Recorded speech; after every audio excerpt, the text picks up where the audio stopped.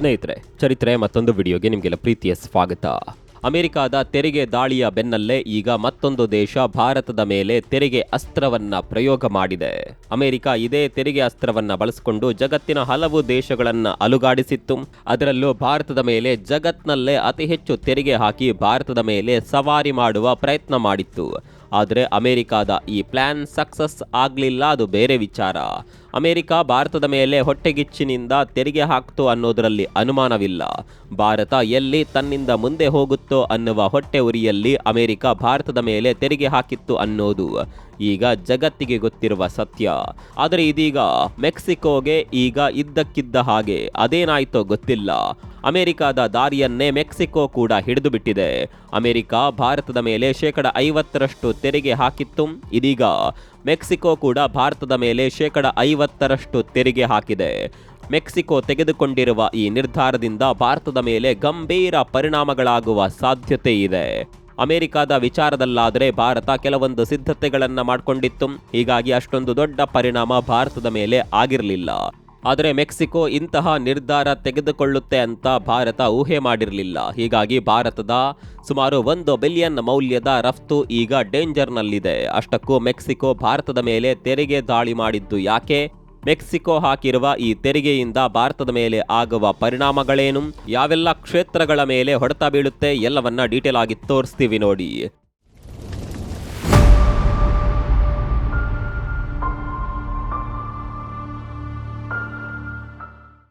ಒಂದು ಕಾಲದಲ್ಲಿ ಮತ್ತೊಂದು ದೇಶವನ್ನ ಎದುರಿಸಬೇಕು ಅಥವಾ ಇನ್ನೊಂದು ದೇಶಕ್ಕೆ ಬೆದರಿಕೆ ಹಾಕಬೇಕು ಅಂದ್ರೆ ಯುದ್ಧ ಮಾಡಬೇಕಿತ್ತು ಅಥವಾ ಯುದ್ಧದ ಎಚ್ಚರಿಕೆ ನೀಡಬೇಕಾಗಿತ್ತು.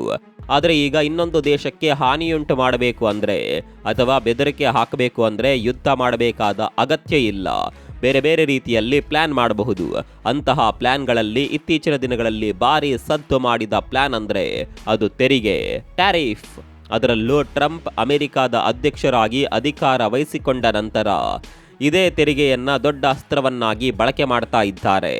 ಭಾರತದ ವಸ್ತುಗಳ ಮೇಲೆ 50% ತೆರಿಗೆ ಹಾಕಿ ಭಾರತದ ರಫ್ತಿನ ಮೇಲೆ ದೊಡ್ಡ ಪರಿಣಾಮ ಆಗುವಂತೆ ಟ್ರಂಪ್ ಪ್ಲಾನ್ ಮಾಡಿದ್ರು. ಇಂಟ್ರೆಸ್ಟಿಂಗ್ ಸಂಗತಿ ಅಂದರೆ ಭಾರತದ ಮೇಲೆ ಹಾಕಿದ್ದಷ್ಟು ತೆರಿಗೆಯನ್ನ ಅಮೆರಿಕ ಬೇರ್ಯಾವ ದೇಶದ ಮೇಲೂ ಹಾಕಿಲ್ಲ. ಅಲ್ಲಿಗೆ ಅಮೆರಿಕದ ತೆರಿಗೆ ದಾಳಿಯಲ್ಲಿ ಅತಿ ಹೆಚ್ಚಿನ ಪ್ರಮಾಣದಲ್ಲಿ ಎಫೆಕ್ಟ್ ಆಗಿರೋದು ಭಾರತದ ಮೇಲೆ ಮಾತ್ರ.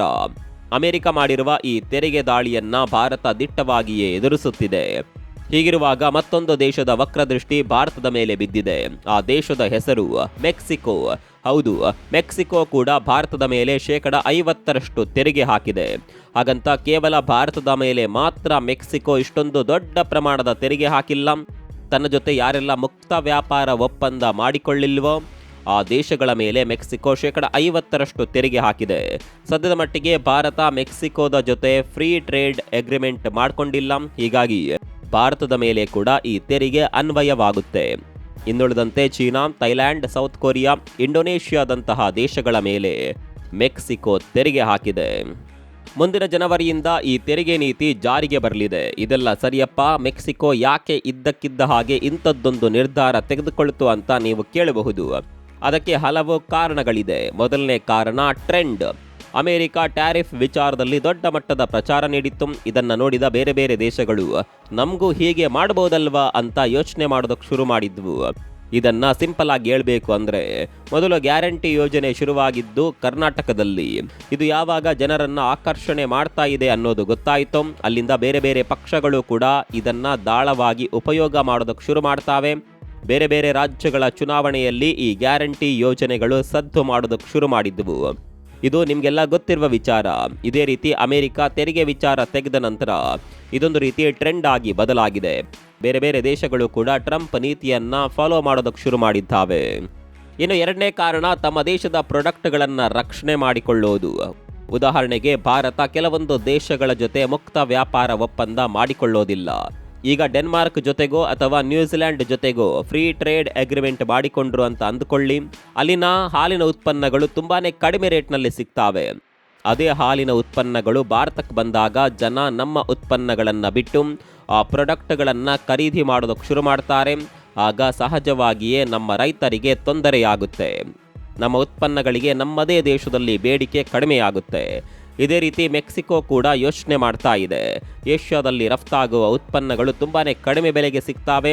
ಇದರಿಂದ ಸಹಜವಾಗಿಯೇ ಮೆಕ್ಸಿಕೋ ದೇಶದ ವಸ್ತುಗಳ ಬೇಡಿಕೆ ಕಡಿಮೆಯಾಗ್ತಾ ಇದೆ. ಹೀಗಾಗಿ ನಮ್ಮ ದೇಶದ ಉತ್ಪನ್ನಗಳನ್ನು ರಕ್ಷಣೆ ಮಾಡೋದಕ್ಕೆ ಮೆಕ್ಸಿಕೋ ಈಗ ತೆರಿಗೆ ಅಸ್ತ್ರವನ್ನು ಬಳಕೆ ಮಾಡ್ತಾ ಇದೆ. ಇನ್ನು ಮೂರನೇ ಕಾರಣ, ಲೋಕಲ್ ವಸ್ತುಗಳಿಗೆ ಆದ್ಯತೆ ನೀಡೋದು. ತಮ್ಮ ದೇಶದ ಉತ್ಪನ್ನಗಳನ್ನು ಬೆಳೆಸೋದು. ನೀವು ಮಾರ್ಕೆಟ್ಗೆ ಹೋದಾಗ ಯಾವುದು ಕಡಿಮೆ ಬೆಲೆಗೆ ಸಿಗುತ್ತೋ ಅದನ್ನೇ ಖರೀದಿ ಮಾಡ್ತೀರಿ. ಅದು ಬಿಟ್ಟು ಇದು ನಮ್ಮ ದೇಶದಲ್ಲಿ ರೆಡಿಯಾಗಿದೆಯಾ ಅಥವಾ ಬೇರೆ ದೇಶದಿಂದ ಬಂದಿದ್ದ ಅನ್ನೋದನ್ನು ಯಾರೂ ಕೂಡ ನೋಡೋದಿಲ್ಲ. ನಾವು ನೋಡೋದು ಕೇವಲ ಕ್ವಾಲಿಟಿ ಮತ್ತು ಬೆಲೆ ಮಾತ್ರ.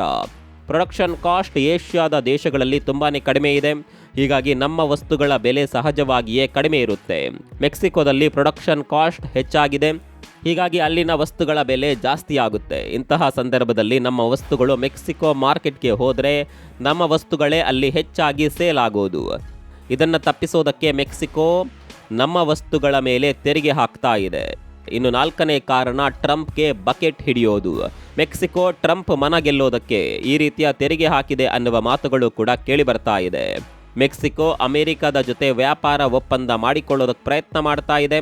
ಈ ಪ್ರಯತ್ನದ ಒಂದು ಸ್ವರೂಪವಾಗಿ ಭಾರತ ಸೇರಿದಂತೆ ಹಲವು ದೇಶಗಳ ಮೇಲೆ ತೆರಿಗೆ ಹಾಕಿ, ನೋಡಿ ನೀವು ಮಾಡದಂತೆ ನಾವು ಕೂಡ ಮಾಡಿದ್ದೇವೆ ಅಂತ ಟ್ರಂಪ್ ಅನ್ನ ಮೆಚ್ಚಿಸಲು ಮೆಕ್ಸಿಕೋ ಇಂಥದ್ದೊಂದು ಪ್ಲಾನ್ ಮಾಡಿರುವ ಸಾಧ್ಯತೆ ಇದೆ.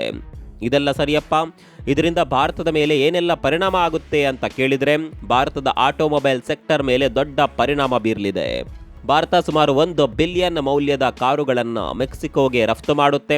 ತೆರಿಗೆ ಬಿದ್ದ ನಂತರ ಈ ಕಾರುಗಳ ರಫ್ತಿನ ಮೇಲೆ ದೊಡ್ಡ ಪರಿಣಾಮ ಬೀರಬಹುದು. ಅರ್ಧಕ್ಕರ್ಧ ರಫ್ತು ಸ್ಥಗಿತವಾಗುವ ಸಾಧ್ಯತೆ ಇದೆ. ಕೇವಲ ಕಾರುಗಳು ಮಾತ್ರವಲ್ಲ, ಸ್ಪೇರ್ ಪಾರ್ಟ್ಗಳು ಕೂಡ ದೊಡ್ಡ ಪ್ರಮಾಣದಲ್ಲಿ ಮೆಕ್ಸಿಕೋಗೆ ರಫ್ತಾಗ್ತಾ ಇತ್ತು. ಈ ರಫ್ತಿನ ಮೇಲೆ ಕೂಡ ಪರಿಣಾಮ ಬೀರುವ ಸಾಧ್ಯತೆ ಇದೆ. ಇದಲ್ಲದೆ ಜವಳಿ ಉತ್ಪನ್ನಗಳು, ಲೆದರ್ ಉತ್ಪನ್ನಗಳು, ಫುಟ್ವೇರ್ ಕ್ಷೇತ್ರಗಳ ಮೇಲೆ ಕೂಡ ಎಫೆಕ್ಟ್ ಆಗುವ ಸಾಧ್ಯತೆ ಇದೆ. ಇನ್ನುಳಿದಂತೆ ಭಾರತದ ಔಷಧಿ ಉತ್ಪನ್ನಗಳು ಕೂಡ ದೊಡ್ಡ ಪ್ರಮಾಣದಲ್ಲಿ ಮೆಕ್ಸಿಕೋಗೆ ರಫ್ತಾಗ್ತಾ ಇತ್ತು. ಈ ರಫ್ತು ನಿಲ್ಲುತ್ತೆ ಅಂತಲ್ಲ, ಬದಲಾಗಿ ಭಾರತದ ವಸ್ತುಗಳಿಗೆ ಮೆಕ್ಸಿಕೋದಲ್ಲಿ ಇದ್ದಕ್ಕಿದ್ದ ಹಾಗೆ ಬೆಲೆ ಹೆಚ್ಚಾಗುತ್ತೆ. ಬೆಲೆ ಹೆಚ್ಚಾದ ತಕ್ಷಣ ಸಹಜವಾಗಿಯೇ ಬೇಡಿಕೆ ಕಡಿಮೆಯಾಗುತ್ತೆ. ಬೇಡಿಕೆ ಕಡಿಮೆಯಾದಾಗ ಉತ್ಪಾದನೆಗಳನ್ನು ಕಡಿಮೆ ಮಾಡಬೇಕು. ಉತ್ಪಾದನೆ ಕಡಿಮೆ ಆದರೆ ಉದ್ಯೋಗಿಗಳ ಸಂಖ್ಯೆ ಕೂಡ ಕಡಿಮೆ ಮಾಡಬೇಕಾಗುತ್ತೆ. ಇಷ್ಟೆಲ್ಲ ಆಗುವಾಗ ತೊಂದರೆಯಾಗೋದು ಭಾರತಕ್ಕೆ, ಭಾರತದ ಕಂಪನಿಗಳಿಗೆ. ಬೇರೆ ಯಾವುದೇ ದೇಶಗಳು ಈ ರೀತಿ ತೆರಿಗೆ ಹಾಕಿದರೆ ತೊಂದರೆ ಆಗ್ತಾ ಇರಲಿಲ್ಲ.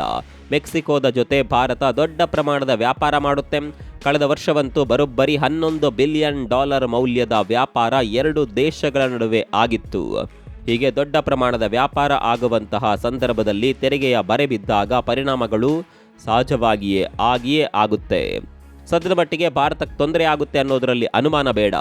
ಆದರೆ ಲಾಂಗ್ ಟರ್ಮ್ನಲ್ಲಿ ಇದರಿಂದ ತೊಂದರೆ ಅನುಭವಿಸೋದು ಮೆಕ್ಸಿಕೋವೇ ಹೊರತು ಭಾರತವಲ್ಲ. ಅಮೆರಿಕಾಗೆ ಈಗ ತಾನು ಮಾಡಿದ ತಪ್ಪಿನ ಅರಿವಾದ ರೀತಿಯೇ ಮುಂದೊಂದು ದಿನ ಮೆಕ್ಸಿಕೋಗೂ ಆಗಬಹುದು. ಮೆಕ್ಸಿಕೋ ಈಗ ಟ್ರಂಪ್ಗೆ ಬಕೆಟ್ ಹಿಡಿಯೋದಕ್ಕೋಗಿ ತನ್ನ ಕಾಲ ಮೇಲೆ ತಾನೇ ಕಲ್ಲು ಎತ್ತಿ ಹಾಕುತ್ತಿದೆ ಅಂದರೂ ತಪ್ಪಾಗೋದಿಲ್ಲ. ಈ ವಿಚಾರದ ಬಗ್ಗೆ ನಿಮ್ಮ ಅಭಿಪ್ರಾಯವೇನು ಕಮೆಂಟ್ ಮಾಡಿ. ಮತ್ತೊಂದು ವಿಡಿಯೋದಲ್ಲಿ ಸಿಗೋಣ. ಅಲ್ಲಿವರೆಗೂ ನಮಸ್ಕಾರ.